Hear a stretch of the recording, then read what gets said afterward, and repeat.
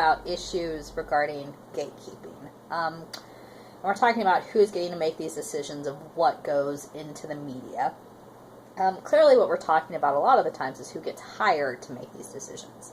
So when we're talking about hiring practices today, some of what we're talking about is kind of trends in hiring with media, things that a lot of you guys are going to be dealing with as young media professionals, and how to kind of account for and understand those relationships. So I wanted to show, when we talk about hiring, why having diverse people not just being hired but doing the hiring can actually be important. So this was a study of almost 600 finalists for university teaching positions. So this isn't media specific, but these were people applying for jobs like mine. So I wanted to show the composition of the finalist pools and then the likelihood of hiring a woman. So the more finalists who are women, the more likely we were of actually hiring a woman, which makes sense, right? Like if statistically we're talking about a finalist pool of 3 women and 1 man, we're much more likely to hire a woman than a man. That being said, it's not pure statistics, right? So when we go to the bottom, if we have 1 woman on the finalist pool and 3 men, statistically speaking, there's probably a 25% chance of hiring the woman, because it's 1 out of 4 candidates.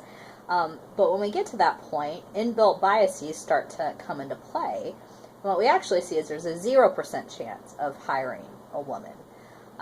And so we have, from a hiring perspective, we have certain expectations about fairness. And these don't always bear out with actual representations of who's the most qualified candidate.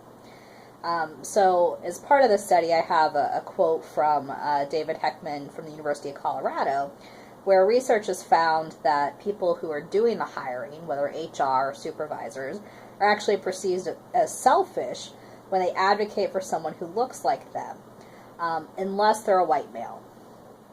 So if you're a woman supervisor or HR director and you're wanting to hire another woman, people are oftentimes assuming that you're being biased by trying to hire someone that looks like you. This would make sense if this applied equally across the board, but it doesn't. So if you're a white man and you're trying to hire a white man, no one really questions or thinks about that. It only comes into play when you're not a white man and you're trying to hire someone who's from the same race, gender, kind of stratification as you. So, kind of looking at how this plays out in terms of like representation of gatekeepers in the media.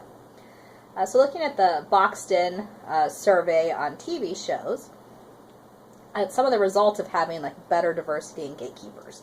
So looking at female executives. If you have a female executive for a television show, 42% of the characters are women and 32% of the writers are women. If you have a male executive, 35% of the characters are women and 8% of the writers are women. So one of the ways we overcome these inbuilt biases where people get questioned for hiring people to look like them is to just have as many people as possible represented in terms of the diversity.